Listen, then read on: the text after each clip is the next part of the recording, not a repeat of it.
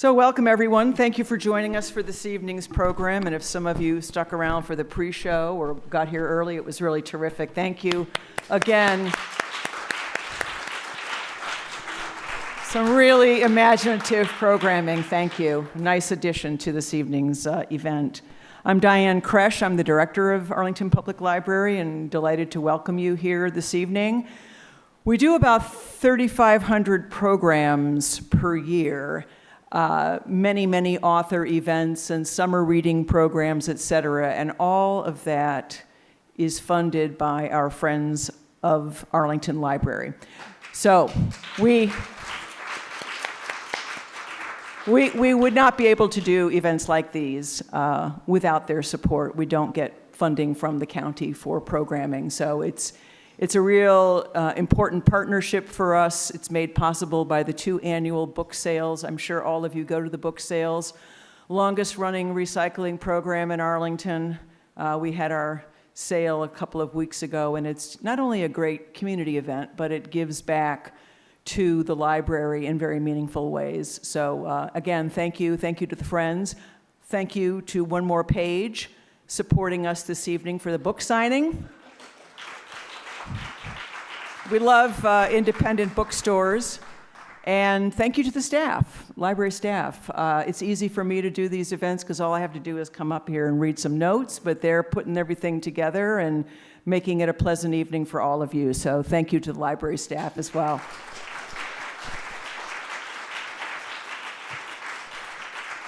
If you can take a minute, please, to silence any devices that you might have. Earlier this year, we celebrated the centenary of writer and civil rights activist James Baldwin with a number of authors, including, yes, we can do that, yeah. That's definitely appropriate. We were joined by Dr. Eddie Glaude from Princeton, Anna Maleka Tubbs, Jesmyn Ward, and George M. Johnson. It was a really terrific lineup of writers. We can do that, yeah.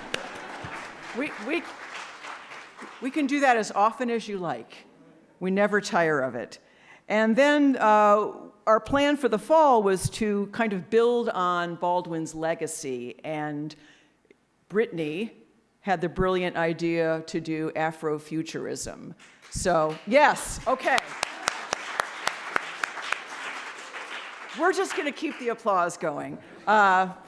And it was not a genre I had read much, in fact, not at all. So it was great to explore some of the writers that we've been presenting this fall. We started the program last month, or earlier this month, with Roseanne Brown and Nnedi Okorafor for a terrific evening. And the series will end next month with an interview I will do with Nana Kwame Adjei-Brenyah. Yes. Author of the thrilling Chain Gang All-Stars. How many have read that book? Put it on your list. It's great. A debut novel, and it's thrilling from start to finish. And that's how I read the book. And then I bought my own copy. But if you haven't read it, please. It's terrific, and really excited to have him with us. Of course, any discussion of Afrofuturist literature wouldn't be complete without including Octavia Butler.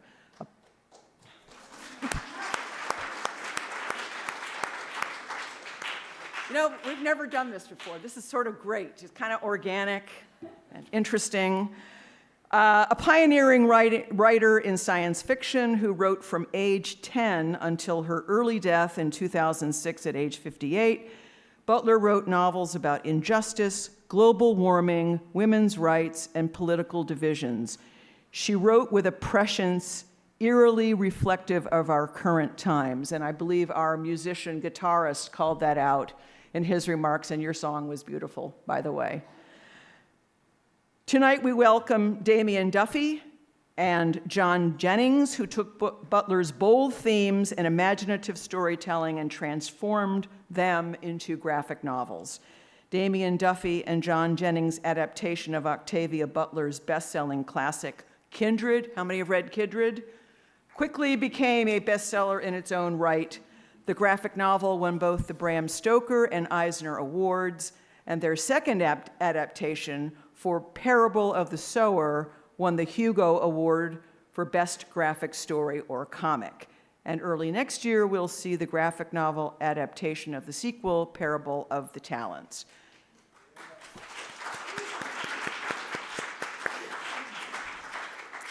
Damian Duffy holds an MS and a PhD in Library and Information Science from the University of Illinois at Urbana-Champaign,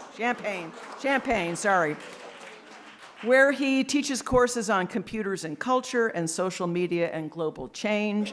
He's a cartoonist, a scholar, a writer, curator, lecturer, and a graphic novelist. And John Jennings is a professor of media and cultural studies at the University of California at Riverside, where he examines the visual culture of race in various media forms, including film, illustrated fiction, and comics and graphic novels. Their collaboration, in addition to adapting Butler's works, have also resulted in the co-authoring of 2 volumes of Black Comics, a compilation of art and essays celebrating the vibrant African-American independent comics community. The conversation with our 2 authors will be moderated by Brittany Veland, who is one of our programs and partnership specialists, and again, the architect of this Afrofuturism series that we've been hosting this fall. Please give a big Arlington Reads welcome to John and Damian and Brittany.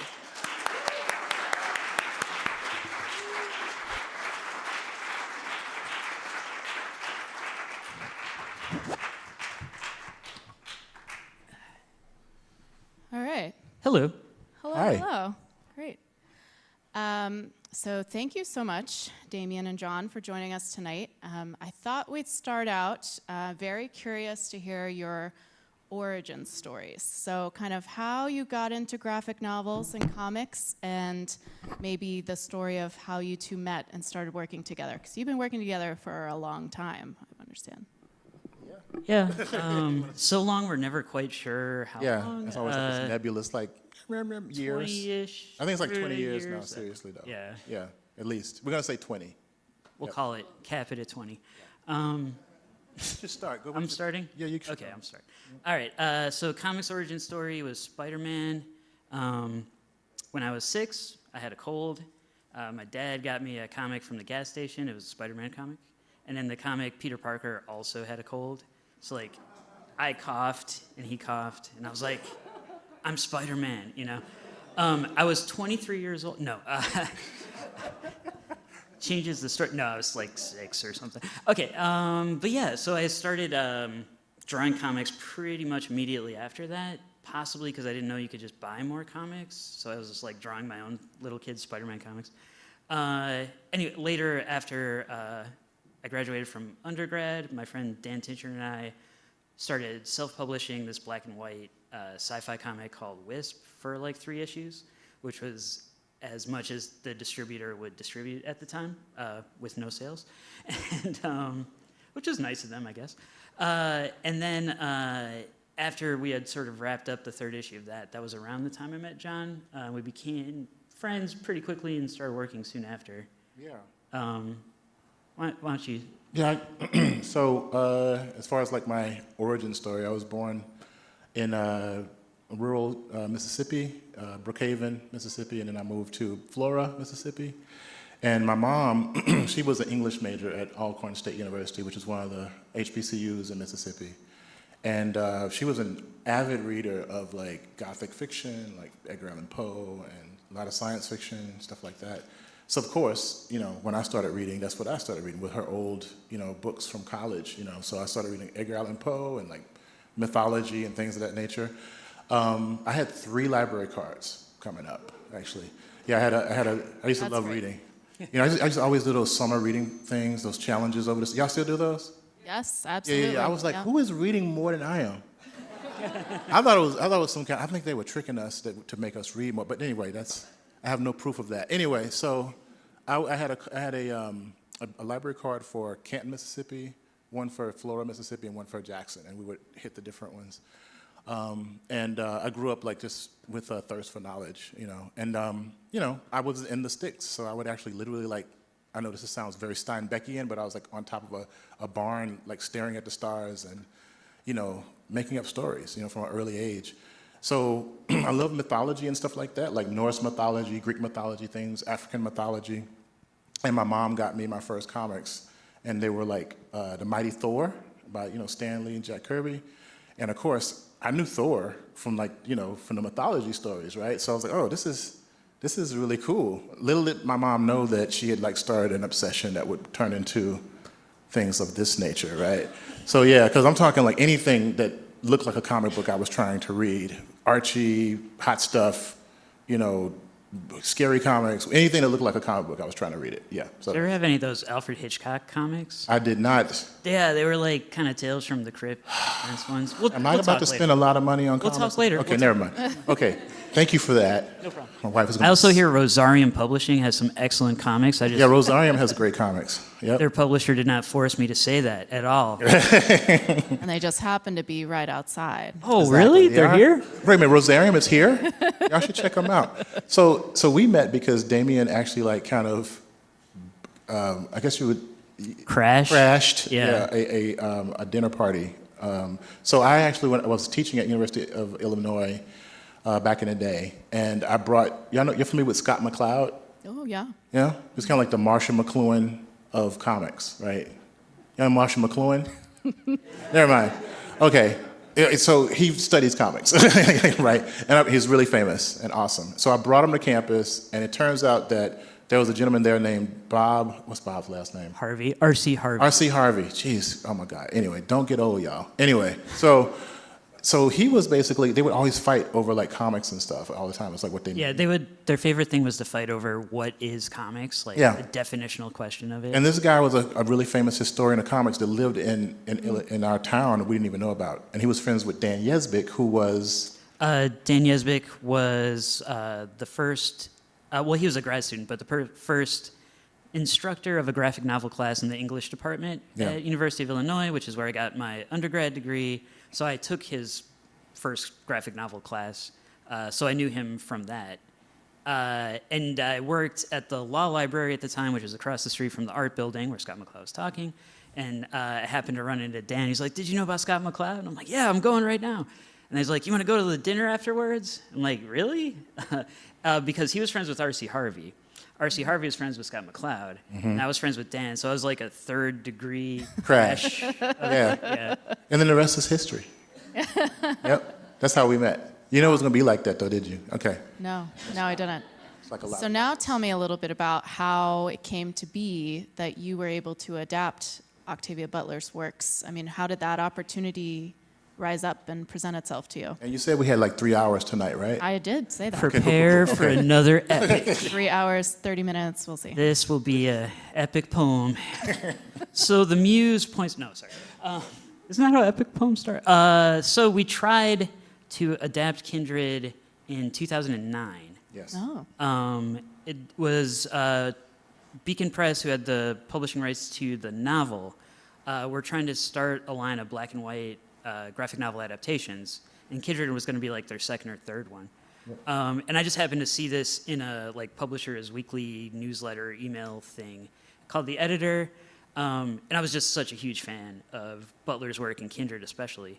And it was very much in line with the comics work John and I had been collaborating on prior to that, just in terms of like the politics and the sort of sociological interest in like race, gender, culture stuff. So anyway, so the editor was like, "Oh, that's great. We just need like a submission packet in a week, like 16 pages of comics and like a script and a pitch." And how'd that go, John? Well, I mean, we only had like, what, 2 weeks? If Like that. a week and a half or something? Week and a half. So I was actually teaching at U of I, like we said, and so I was on spring break, which means, of course, I'm working, right? So I was literally on the road. So I was traveling to 3 different talks that 1 week. One was Harvard or something. It was crazy. So Damian did the script. I actually drew pages and pieces, sent them back via FedEx, this thing called FedEx, and Damian would put them together I had to go to Kinko's, which is also FedEx now. It's so weird. But they had the big scanner. So John was drawing on like poster board, and it'd be like a car that goes in one scene, or like a head that goes on a body in one scene. And like I'd scan it all together and like put it all together in Photoshop, like jigsaw puzzle. And we actually did get the proposal into Beacon Press. Under the wire. Under the wire. Hardest we'd ever worked on It it. was so bad. I totally did not enjoy my spring break at all. But we also did not get the job. We failed so badly. It was really I bad. did not expect that. Okay. Yeah. It was terrible. Yeah, we crashed and burned. It was like such a. It was like, yeah. Yeah. And we felt really horrible and angry. Yeah, no, we were fine. We were totally fine. But you know, we moved on, and we were looking forward to seeing the book come out. Yep. As fans. And that was the last we had heard of it until about 3 years later. That's right. And so we were getting ready we were on a panel about one of our books, Black Comics, and so we were at San Diego Comic-Con. I got there first, and I was showing around some of the things we wanted to get published. I actually rolled upon Abrams Books, which is our publisher. Sheila Keenan was still there as senior editor, and I showed her some of my work, and she's like, "Oh my God, your work is awesome." I'm like, "Thank you," and she's like, "You might be great for this book that I want to do." I was like, "Okay, what's the book?" And she's like, "Are you familiar with Octavia Butler?" And I was like, "Yeah, yep. What book are you trying to do?" And she's like, "Kindred." And I was like, Kindred? Yeah. And I was like, "What?" She said, "Yeah, we got the rights to Kindred to do a graphic novel." And I told Damian when he got there. Yeah, so I got there like a few hours later, and we were sitting outside one of the hotels, and he was telling me that, and he told me about the Kindred thing, and I was like, Kindred? Like, Yeah. what? And I thought it was a practical joke, at least up until we won an Eisner, I think. Maybe then I was like, this is kind of far to go, guys, but it's okay. Yeah, unexpected. It kind of came back around. Yeah. It was Really pretty out wild. of the Like blue. 5 months after that, we were signing a contract to do the book. So, yeah. Wow, that's amazing. And can you tell us a little bit more about kind of the process? Because you had to kind of go through, and the way I understand it, Damian, you kind of helped abridge the work and script it, and then John would kind of illustrate it. So how did that process look like for the both of you? So I have the nervous breakdowns earlier in the process, and then he does later. Yeah, mine happened later in this book. Yeah. Well, at least So there was we- no overlap. Yeah, we balance it out. Yeah, so Kindred especially was. It was harder than Parable of the Sower in the sense of I was really concerned about messing with Octavia Butler's legacy. I'm glad most of you are sitting. If you're not, maybe you want to. I'm a white guy, and but cis hetero white male adapting the work of the MacArthur genius, preeminent black woman science fiction author of our time, who I respect hugely. And anyway, so nervous breakdowns, like I was saying, and so I wrote a first draft of a script like really fast over a summer, just kind of like a Band-Aid. Tear it off like a Band-Aid. And it was not a good first draft because my second nervous breakdown, for some reason I subconsciously decided I was going to make a comic that would force you to read the novel. Not a really good sales strategy. But I'm like, I had to read it. Now, Many times. to be clear, this was like after reading it 14 times, so I was a little far gone at that point. Anyway,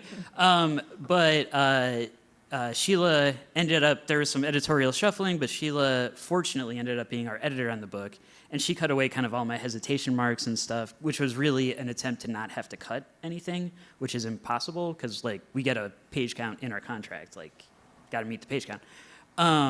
But she cut away the hesitation marks and okay, here's the story. So once I have that done, I think with the first book, the script went to the estate. The estate signs off in various stages. And once I went back and forth with Sheila a few times on just edits and stuff. And then it went to John. Yeah, and in the middle of all of that nervous breakdowning, I'm also, trying to design the characters and actually understand what the characters look like on the page.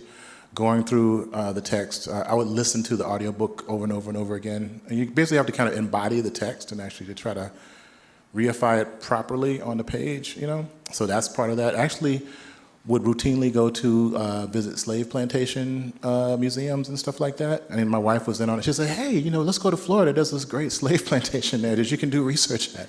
That's the kind of stuff we were doing. Like, oh, okay. Like the one in New Orleans and all these different places that were being used to, you know, as you know, reference material for designing the spaces that we were going to be in, right? So once the text gets approved, we actually did have to create, like, I think 17 pages of art, like finished story for the estate to approve, right? And then I start doing thumbnails. So that's breakdowns of the story. The whole book has to be sketched out so that we can actually edit it properly. Damian, fortunately, is our letterer as well, is a great letterer. So he would put in all the thought balloons and speech bubbles and captions and things so it could be properly edited. And once that's taken care of, then I start pencils and inks, you know. That particular process took, well, we didn't have a lot of time. I think we had, 8 months? It was definitely less than a year. It was less than a year. Yeah. Yeah, so I was booking, you know, and I had to figure out how to draw really fast and get it down, you know. So yeah, it was actually did injure my shoulder doing inks, you know. Wow. And so yeah, it was kind of wow. It still hurts sometimes. It's my Kindred shoulder. It's your Kindred. Oh, man. Yeah, and so that's when I started using color assistants actually, because I had to color the book, right? Yeah. So once I had got the book all drawn out, it was a whole folder of uncolored, you know, 240 pages of uncolored pages. And I'm a very jovial person. I'm not one to despair too much. But I felt despair when I looked at this, and I only had like about a month to color this book. And I was like, oh my God. So I actually managed to figure it out, and we used color assistants to help out with the process. So my 5 pages a day became 15 pages a day. And we finished coloring the book in about 3.5 weeks. And then when we turned it in, you know, let's just say I've been doing graphic design for a long time, and most of the time, like, you know, clients will have like changes, right? We turned the book in to the estate, and they were like, this is Kindred. They said no notes. No notes. Yeah. I was like, yeah, I was expecting. I was thinking like, this is the worst yeah. thing ever. You know, it's like, no notes. Yeah. Wow. Yeah. That's impressive. Yeah.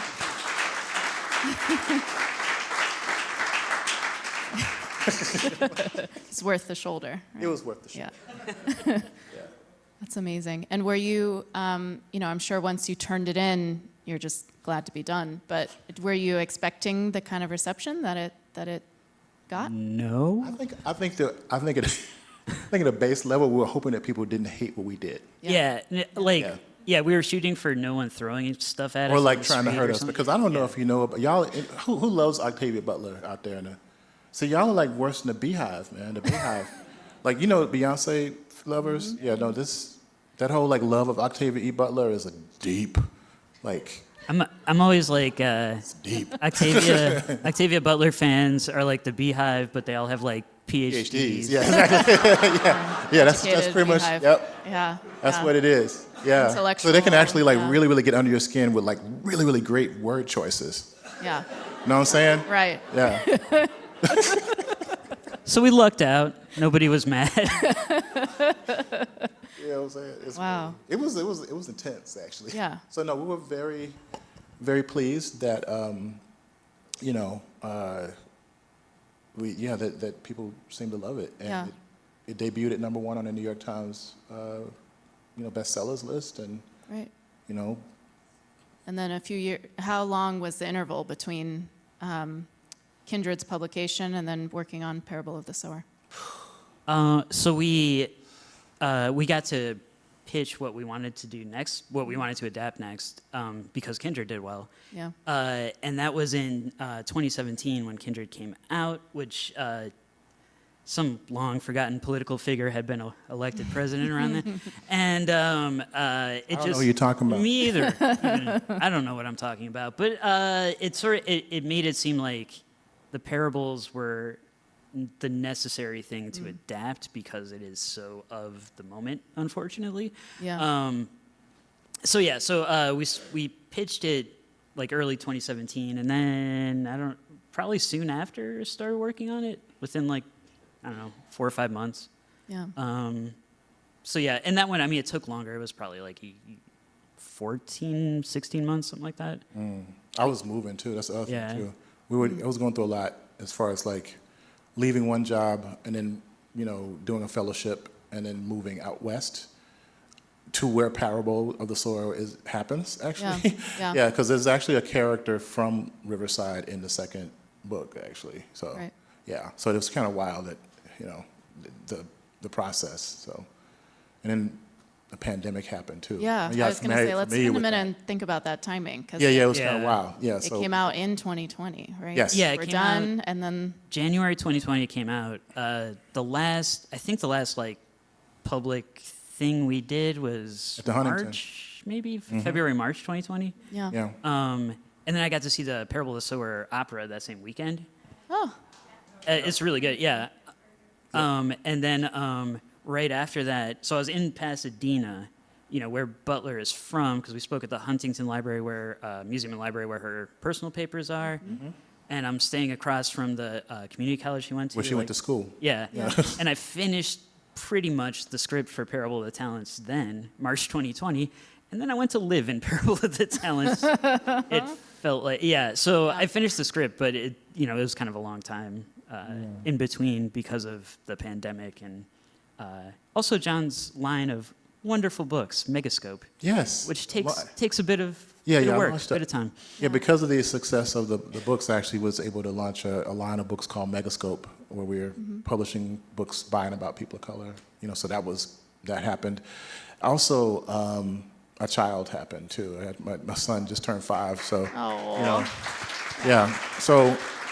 So that was happening. So that's we're a having like disruption. a book baby and a boy baby at the same time. Yeah. I actually have pictures of me like drawing the book with him in my lap, like he's laid on me. I'm like trying to draw. And then a little bit after that, during the pandemic, he was diagnosed with autism, and so that was another adjustment, that I had to make. So it took us longer to get to talents. So yeah. Well, and I think it's interesting that the timing of that, based on the content of Parable of the Sower, I could understand why it would take a little longer with the times that we are living through, and how it feels really timely that Parable of the Sower, starts off in 2024. yeah. And you have climate catastrophes, you have, in the sequel, you have presidential candidates with slogans like "Make America Great Again." Yes. Now, mind It you, seems this was less written- and less like fiction. Yeah. Yeah. So that Make America Great Again thing, which is in Talents, I believe. Yeah. Right? Yeah, the sequel. But that was actually a Reagan. Yeah. So thing. Reagan's slogan, yeah. That Trump stole, because how could he not? Anyway, sorry, where were we? But yeah, no, it's it's a very, so that was the hard part of working on the Parables adaptations, like the scripts, was, writing was supposed to be dystopian fiction, and then looking at like the news and it's documentary. And that does not feel good. So I just stopped looking at the news for a while. I assume all the problems were solved. They are not. It was wild because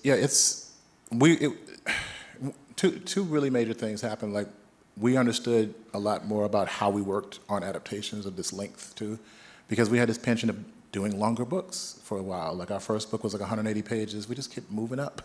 This is, Parable of Talents is 288 pages, And I switched from doing hand-done work. Like, actually, Kindred is actually like 740 individual drawings by Sharpie marker, because I wanted to use a difficult medium because of the no, seriously, because of the subject matter. Yeah. I wanted it to be hard to work with. I was really being inspired by like German expressionist people, stuff like that. But then I translated over to I started working totally digitally on the iPad. So basically all of Sower is drawn on an iPad. So now I've totally gone digital. I don't work on paper anymore. Wow, that's interesting. And so with, so I'd like to learn a little bit more about Octavia Butler and kind of her impact on you as writers, as cartoonists, as from adapting her works. Sort of what was your experience with Butler before adapting her works, and how do you feel like that changed with the experience of adapting her works? So Kindred was the first Butler book I ever read, and I read it when I was, I think, a sophomore in undergrad, and working on a degree. Well, they call it rhetoric, but creative writing. And so I'm in my late teens, early 20s, and I'm trying to be very serious about like learning craft and stuff like that. And I had a professor for one of my writing classes tell me to read Kindred. I think I'd written a story in like first-person perspective and to kind of look at that. But I didn't know what it was at all, and I got a older copy out of the library, and the older copies, the cover doesn't give anything away about what the story is. And if you read it that way, you don't realize that Dana, the protagonist, is black till about 30 pages in. Mm-hmm. And you realize it at the exact moment she realizes she's traveled back in time to a slave plantation. And at a moment where I was trying to really like understand what it is to be a writer, like this was the most sort of perfect intersection of like, now I feel exactly the stakes as this character, because like I'm learning the stakes exactly when the character is. And just that moment was just like, mind-blowing to me as a young creative person. Yeah. But also just the books, and this is true of all Butler's work, but the book's discussion of kind of race and identity in an honest way, which was not something I experienced in literature much before. So that had a really huge impact on me because it just felt more like my lived experience of like race and racism. Not like people are racist towards me, but like observing racism. That sounded weird. But yeah, so that was kind of the first impact. And then Parable of the Sower was a book I couldn't finish the first time I read it because it was terrifying. Because I have two kids. I think only my son was born the first time I read it. And having kids and having like sort of that perspective on the future where it's not just an abstract concept, that really makes it a terrifying experience, since a lot of it is about parents who cannot help their children, especially the early parts. So that was an entirely different experience of like, wow, you can really write something that will hurt.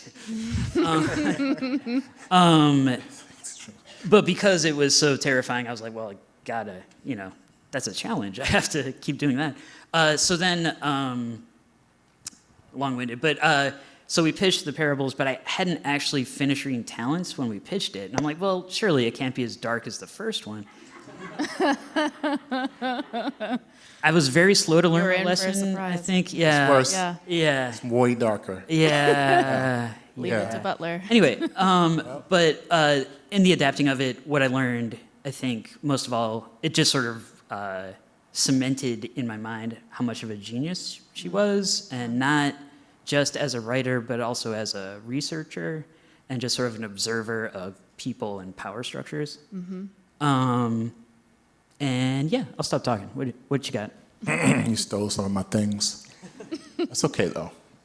So I didn't come in to read Octavia Butler's work until actually after undergrad at Jackson State University, actually, in Mississippi. I just, we had classes about the Harlem Renaissance and so on and so forth, Toni Morrison, some of the great black writers. But we didn't come across like black speculative writers, or we didn't think of the writers that we were studying as speculative at the time. Now I do, actually, right? Yeah. So the first book I read of hers was Wild Seed, and it's my favorite of hers. And it's just so rich and so wonderfully done, It has a certain amount of whimsy. She becomes a dolphin for some of the book, that kind of thing, right? It was just a wonderful tapestry of a book. And then I read Kindred after. And I didn't start reading this until like the early 2000s, right? So I was relatively new to Butler. And then, of course, she passes away in, 2007, I think? 2006. 2006, right? And I think that I started making work that was considered Afrofuturist in 2007, actually. Wow. So, so she started me on this path to thinking more about like Black speculative culture and what later would become like the Black speculative arts movement, looking actually to the past, to the Harlem Renaissance and the Black arts movement as speculative in nature, you know, that kind of thing.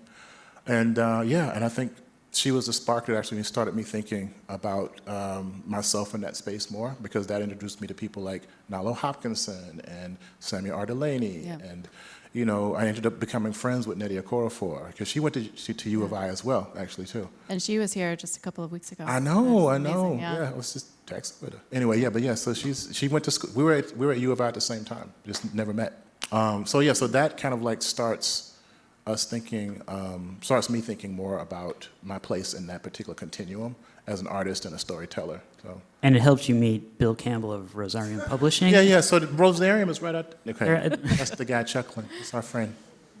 All right, that and the research aspects too. You know, seriously, like she almost became like an expert in a field. You know, she imbibed the work, and I think that I've picked up a lot of that really deep knowledge seeking.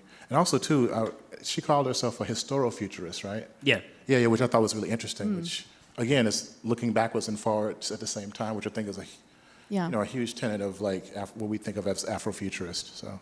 I hadn't really thought of it, but right after I finished working on Kindred, I celebrated for, like, I don't know, 5 minutes, and then I was working on my dissertation. Oh, yeah, that's right. But I'm realizing that, like, some of the research practice overlapped with the two books, you know? Like, so I think the dissertation part probably was influenced in ways I am not totally aware of, but it must have been by Butler. Well, and I find it interesting. I love that term of the historiofuturist, because I know Butler herself kind of rejected the label of a science fiction writer or Black speculative fiction writer, and I think she said that she didn't want to constrain herself or limit herself, and that people, when they think of science fiction or a fantasy writer, they have certain assumptions. Right. And you might walk into a Butler work with those assumptions and then just have your mind blown when you read it. And I think especially the time when she published a lot of her novels, that was a time where science fiction was especially, you know, pigeonholed into a certain type of story. Because I know Stephen Barnes, I did a thing with him, and he was talking about how him and Octavia Butler were like the only two Black people writing in science fiction that they saw at like conventions and everything. Like in the genre, Yeah. specifically in the genre. Yeah. So like not just that she was rejecting it, but like she was struggling with that expectation. Yeah. And we talked with Nnedi a couple weeks ago, and she said in one of her early writing classes, she would label her work as magical realism so that it would count as literature. Interesting. Yeah. You know, it's funny because you really don't see a lot of deep research around like Black literature as speculative until Sherry Renee Thomas's book, right, Dark Matter, where she collects a lot of the writings of people like, Samuel Delaney, Nalo, I think, who else? Oh yeah, Du Bois as well. The Comet is in there and stuff like that. So pieces from the Comet. So we start to kind of re-articulate how we're looking at Black literature itself as being speculative in nature. You know, Amiri Baraka's in there. You know, So, Yeah. I wanted to ask my last question about Octavia Butler, but a lot of her works, all of her works, kind of deal with these very heavy themes. But the one thing I take away from almost all of her works is that the protagonist is a survivor. That I feel like in that way, there's a form of radical hope that kind of threads through Butler's works. And I know she always said that she was a pessimist if I'm not careful, which kind of implies that she had some cautious optimism. So I wanted to ask sort of how you were able to deal with these themes, but also kind of where you find your hope. Okay. Yeah, I mean, honestly, like if you just read Parable of the Sower, it is hopeful, actually. Yeah. I mean, it ends with naming a place a seed for a tree. I mean, that's very hopeful, right? Acorn, right? Don't read the second one. You know? No, you can read. But then, You can read like the last like 2-3 pages, and yeah. Or you just keep You'll in have mind that she questions. intended to have Yeah. more Yeah, novels, yeah, right? yeah. So, And there's a hopeful ending to a certain point. Yeah, but there is hope there, definitely. yeah. Yeah, and I think that's what I saw in Wild Seed, for instance, like the hope for reconciliation, you know, that kind of idea, right? Yeah. But as far as like where I find my own hope, you know, is where I find Afrofuture as well, is in my son. You know, that's why I make the work and do the things that I do. So Yeah. for that particular future, so. I also find hope in John's son, strangely. Not my kids. I don't know, but I didn't. Oh God, this is recorded. Why did I say it? I love my children. They are my hope. They are my heart. I'll be in a lot of trouble. My son's taller than me. I'm gonna get beat Yep. up. But in terms of radical hope is a good way to talk about it, because like it has to be radical to break through all the hopelessness that is in the books. And I mean, a lot of the hopelessness is based on actual human behavior. So I think that's why it like hits so hard, and it's so hard to work around. Yeah. But yeah, like there's a lot of this like hope in survival, but hope in survival with the promise of a future where things get better. So that's kind of where I place my hope as well, in addition to my wonderful children. And my wife too. My wife's great. My whole That's- family, yep. everybody. Yeah, can't leave anybody out. Sorry. But like just like talking about the books, I do feel like I handled the pandemic way better than I would have had I not just adapted the 2 Parable books. There's like there's a thing, I think Tenerife Do said it, where it's a story that like it breaks you so that you're stronger where you heal, that kind of thing. So yeah, I really take that to heart. I had to draw that Yeah. and color it. There's a thing about doing, you know, adaptation like that, is that you sketch it out first, and actually for talents, we work with another artist named David Bram, who actually handled breaking down the book for me. So every time you add a little bit to it, you make it more and more real. So you kind of re-traumatize yourself, because your job is to make it more and more real with every pass. So sketches, inks, colors, you're making it more and more tangible in some ways. So there's that too. So yeah, it's a very arduous process. And I have to say, like Sower, I mean, Talents was it was a very heavy lift, and it was in tandem with a lot of other things that were happening in the world and the family and stuff like that. But we got it done, and I'm very proud of the product actually too. So Yeah.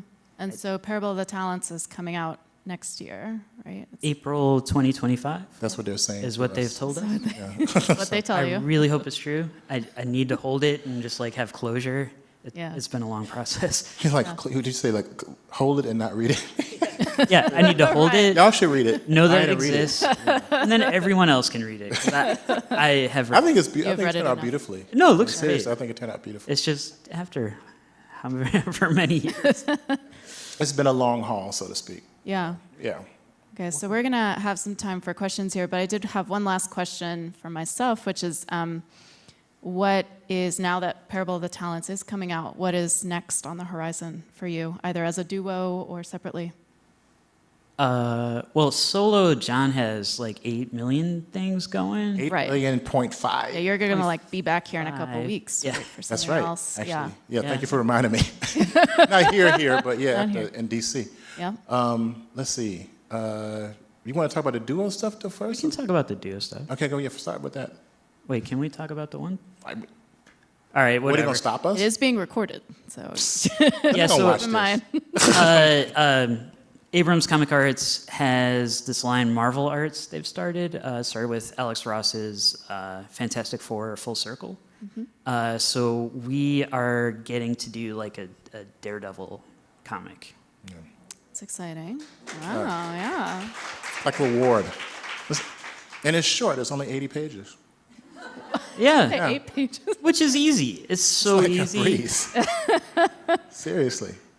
Got your page muscles are up now. Anyway, and so right now let's see. Okay, we have a book coming out, me and Angelique Roche from Simon & Schuster, called My Superhero is Black, which is a nonfiction book that we've been working on for 3 years. But it's kind of like a directory of all of Marvel's black superheroes from cool. 1950 to current day, Wow. which is close to 400 characters, by the way. So y'all think it's only like 5, like Luke Cage and Falcon, but it's actually like way more. That's believe amazing. me. Yeah. So it comes out in next year. Yeah, next year. There's some other stuff too, but I won't get into it. Oh yeah, you're talking about. Like there's a lot of fine publications coming out from yes, Lion Man. Yep. Yeah, from Rosarian Publishing. There's this graphic novel adaptation of RUR, the play that introduced the modern use of the term robot. That Wow. I feel like the English lettering is probably the best part. Did you letter that? Yeah. Pretty great. And also the second volume of Blue Hand Mojo that's being worked on right now too for Rosarian Publishing. So, yeah. Maker of fine thank books. you. Thank you. Yeah, thank you. He's looking at us like, you better mention. Great. All right. Well, thank you both. We have some time for questions from the audience, so feel free to step on up. Maybe. Don't be shy. Don't be shy. So, what do you have for children 5 and under? Yeah. What are your children reading? The greatest respect. What do we? Oh man. Well, 5 and under. Ooh. I don't think we've done any. I don't even think. Yeah, I edited a collection of like Marvel characters. That's like that's middle grade. That's 8 and up. So you weren't showing You your said son 5 like any down. of your You went, works? like Yeah. I would. I don't even. Okay. Something feel to like think about. Something to think about. We're gonna get back to Talk you. to Bill after. I got a pitch out for this middle grade graphic novel. That's not 5 though. That's Yeah, that's super young. 5 and down though. You said 5 and under. it's like picture books and stuff. Yeah, I feel like Chapter that's like a books. challenge of some kind. Get back to us in 10 to 15 years. Yes. And then we can actually like make a YA book for you. There you go. Like, Good.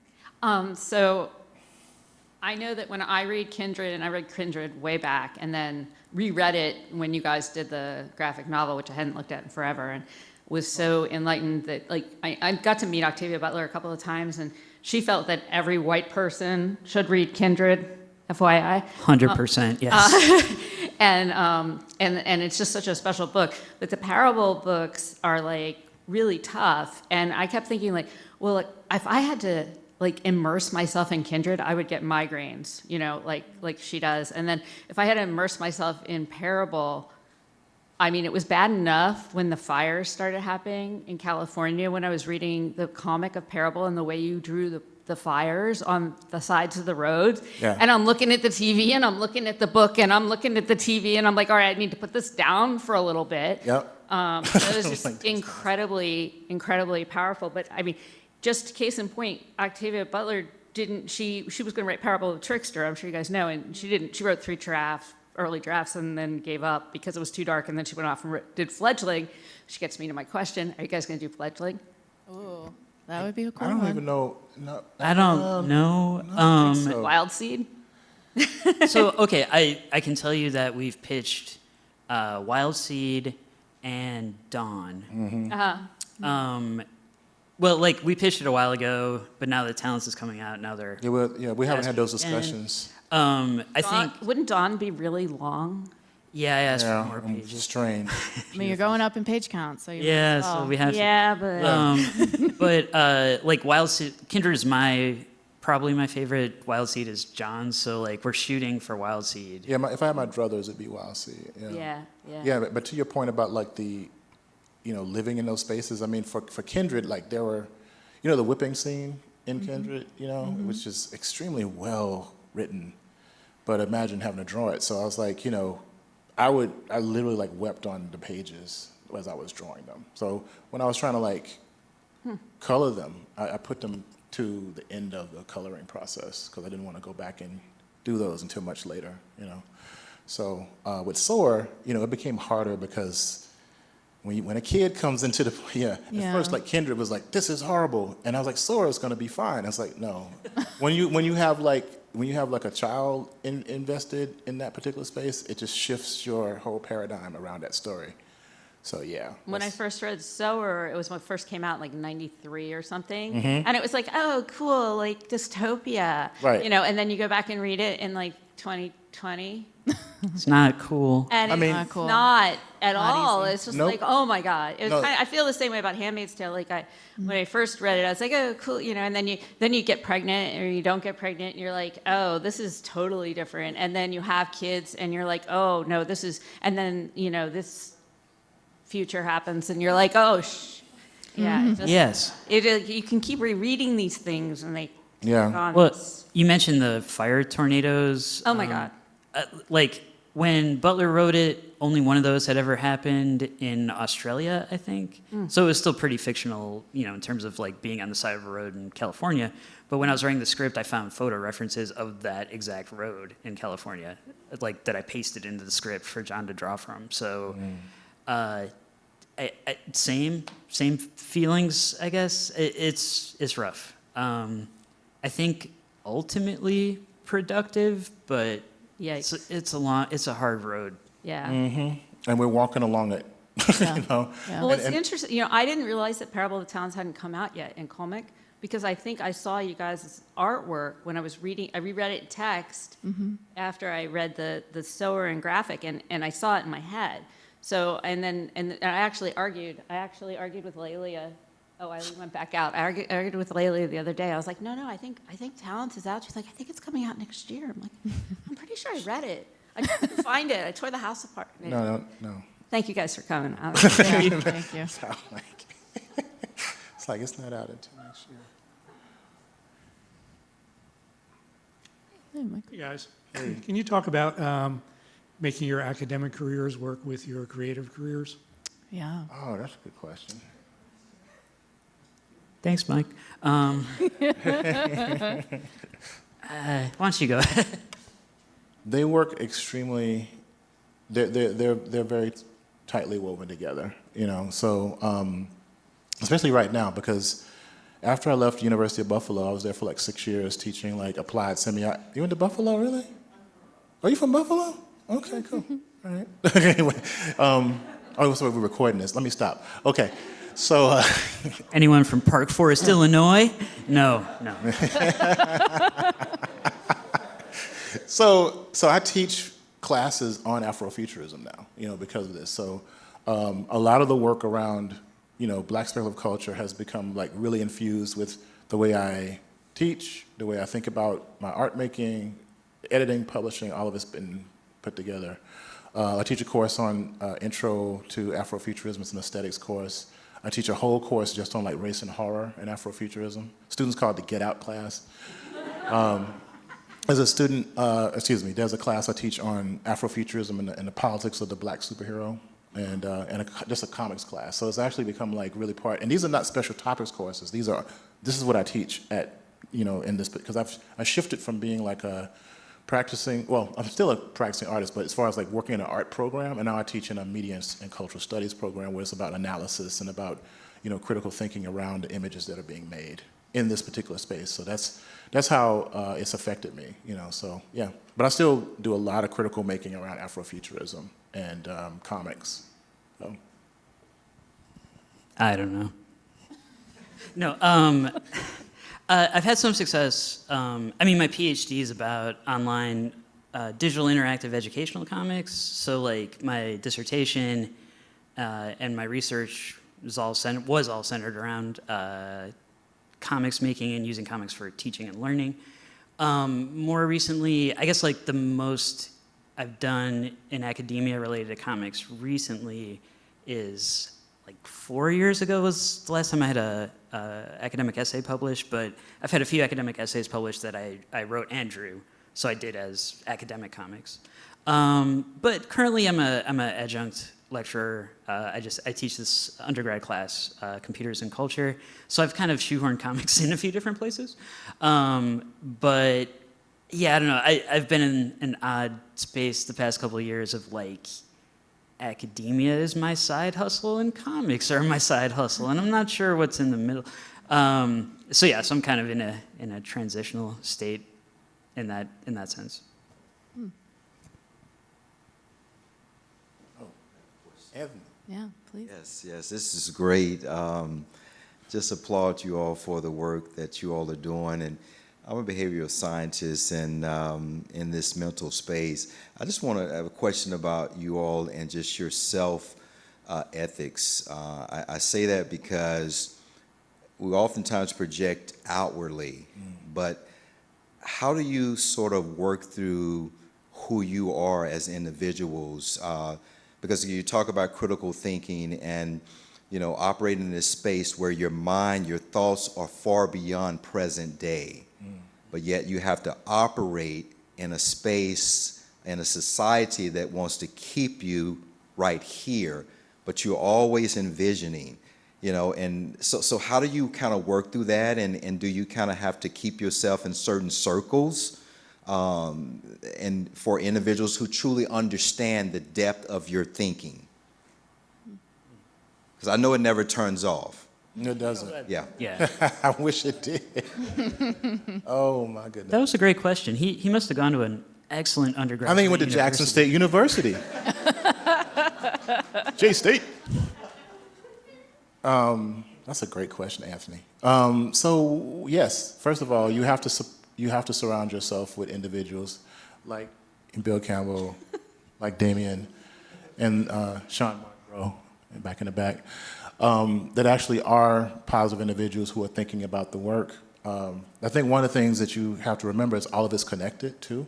That it's not just partitioned out, that you're really just doing the same thing, but in different ways, in different audiences, you know. I'm a storyteller, and I think about stories as a type of technology, you know, and it's the first technology, is how we understand the world, how we move through the world. And I'm always trying to figure out ways to definitely like envision that space, you know, but really it's like we are right here, you know. And if you want to know the future, think about what you're doing now, really. And that's what Octavia Butler did. That's why it seems like she's so prescient. No, she was actually doing research about what was happening and just kind of forecasting. And so what I try to do is kind of like embody that idea. And as for ethics, you know, me and my friend Eric Benson created the first ethics course in art at the University of Illinois, because we were teaching students how to essentially, manipulate people a little bit. I mean, not to be like that, but it's, you know, graphic design is part of marketing, advertising, these kinds of things. A lot of times, you know, we're selling things that people don't necessarily need. Sorry, that's capitalism, but it is, and that didn't sit right with us as far as like how we saw ourselves in this space as designers. It's one of the reasons why I stopped teaching design, actually. And and so we created a class called Ethics of the Designer in the Global Economy, you know, because we wanted them to be very cognizant of the power that they had. So, Wow. Was that a good answer? Hopefully it was. J-State. I should have gone first. One thing, John, what you were saying about how graphic design is about manipulating people. Sometimes it is. I feel like, storytelling is also about manipulating people, but to a different end, you know? Because, like, there's manipulating to sell people stuff, but then with storytelling, you're manipulating or, like, engaging with people's ideas and emotions to get them to think, hopefully. Yeah, that's true. And I think that, to get to the actual question, I think that the process of the work is one way that I keep from going crazy. Or like when you talk about like sort of critical thinking not being able to turn off, like the process of the work is like a handhold where everything else is a bit ethereal and abstract. And then talking to people who have similar ideas about the work, like John or Eric, who he mentioned I talked to about a lot. That's all really helpful too, but I think, see, this will sound fake because I did the kids thing before, but I think having my family has really kept me grounded in a way. Because like I say, I have the 2 side hustles, but mostly I've been like stay-at-home dad is more. That's what the I've main done. job. Yeah, Yeah. you get. That's more But than full time. yeah, Yeah, full time, yeah. but arguing with these like little versions of myself and my wife who are smarter than me, I think has helped me also to be like, all right, like I don't have all the answers, but they're working on it. There's something there that keeps me sort of grounded in the work and sort of not too fearful to move forward. That makes sense. I wish I would have said that. Dang it. She Not said, too late to say it. but my wife, yeah, I just, no. The story in the tech, though. It's okay. She's not going to watch this. So it's cool. She's not. Oh, man. She's chasing a 5-year-old. She's not, Yeah.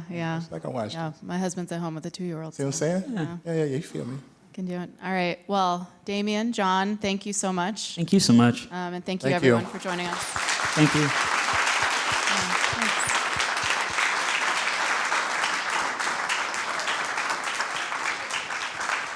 All right, so we are going to do a book signing. So if you're interested in having your book signed, please line up in front of Jennifer here. And you can come down in front of the stage and then down the middle aisle.